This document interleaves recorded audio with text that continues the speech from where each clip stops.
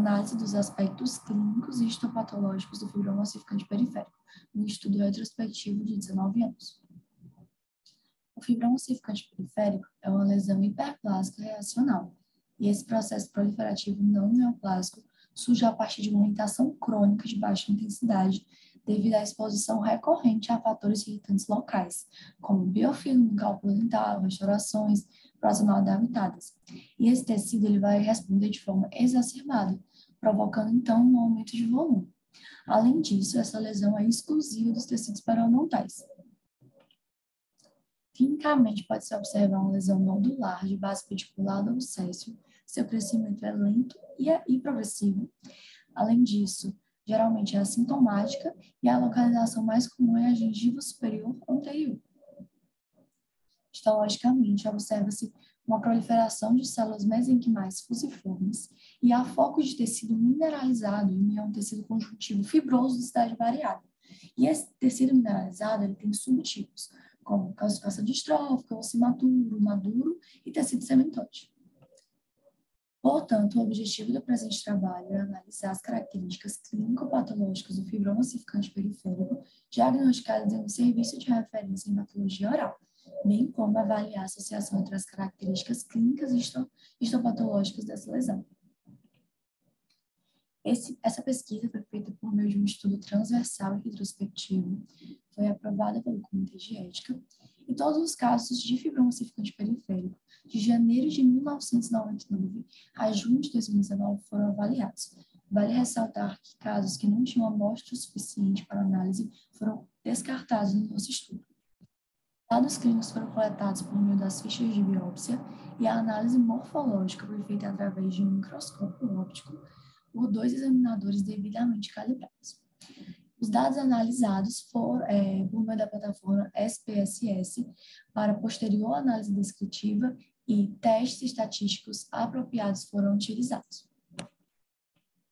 Dados clínicos referentes a sexo, idade, localização anatômica, lentes associados, sintomatologia, aspecto clínico, inserção, tamanho da lesão, duração, características radiográficas, recidiva, diagnóstico clínico e dados morfológicos como componente mesenquimal, infiltrado inflamatório, tipo de inflamação, intensidade de inflamação ulceração epitelial também foram analisados.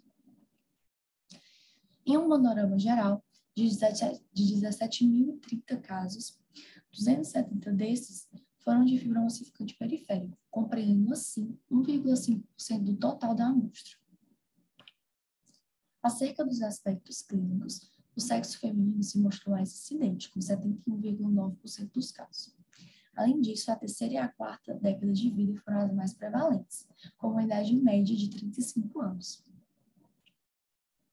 Com esses dados, é possível discutir um pouco sobre a patogênese dessa lesão, que, apesar de incerta, há 2 teorias bastante relevantes. A primeira é que inicialmente, o fibroma ossificante periférico seria um granuloma piogênico que sofreria uma maturação e depois uma calcificação.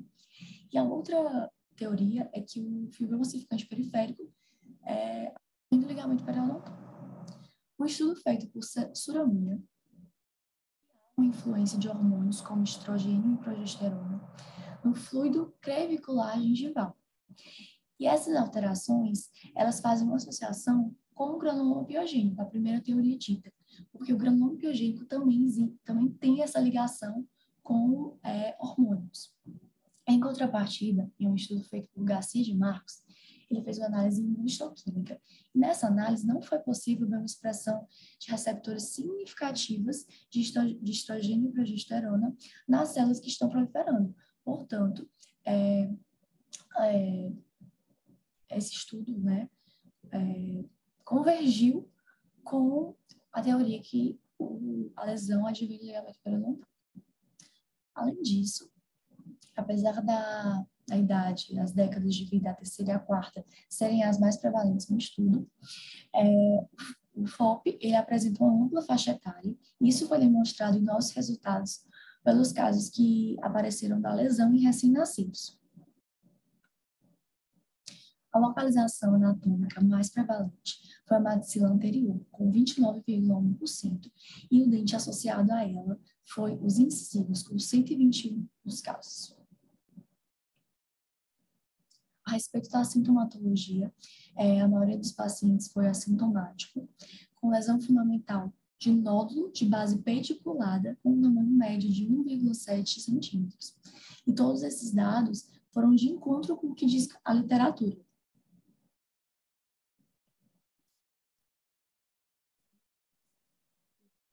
Casos que tinham um exame radiográfico, 69,4%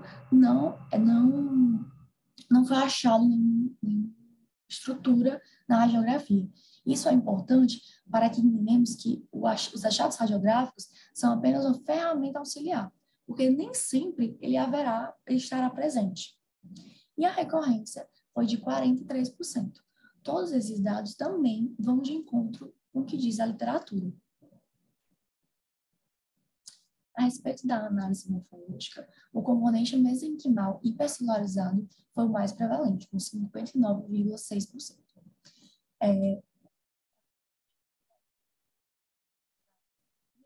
O inflamatório era do tipo crônico e de leve intensidade.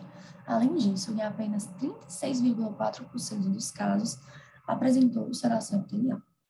De acordo com um estudo feito por Bunker e Hansen, essa hipercelularidade é presente e essa celularidade ela é bastante variada, mas na maioria dos casos bastante também elevada. Em outro estudo, feito por Shrestha, diz que essas células que estão proliferando, por conta elas vão sofrer uma metaplasia por conta dos fatores irritantes locais, e essas células podem apresentar um fenótipo osteoblástico, semitoblástico ou fibroblástico. Além disso, uma correlação importante, que seria uma correlação clínico-patológica, seria a relação dos fatores irritativos com a inflamação, porque o trauma local crônico, ele vai elevar essa inflamação crônica e também a possível ulceração na análise morfológica. E aqui, algumas imagens.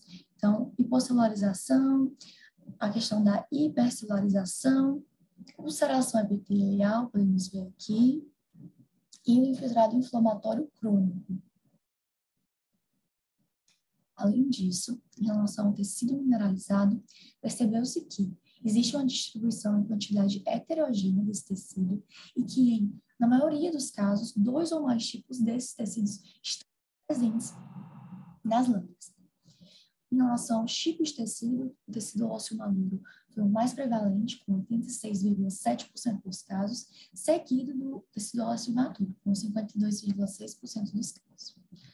Nesse estudo feito por Bunker e Hansen, que é o estudo clássico, eles preconizaram que as calcificações distróficas atuam como focos para a formação de tecido osteoide, então como se elas antecedessem essa formação. Podemos ver o tecido ósseo maduro, aqui, tecido ósseo imaturo, um tecido sementoide e uma calcificação distrófica.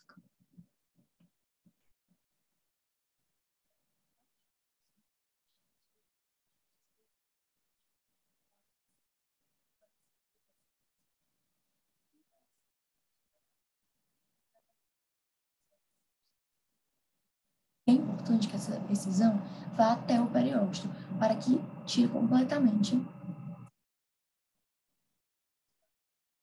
disso, a identificação e remoção do fósforo nasal é indispensável para que não ocorra recidivas.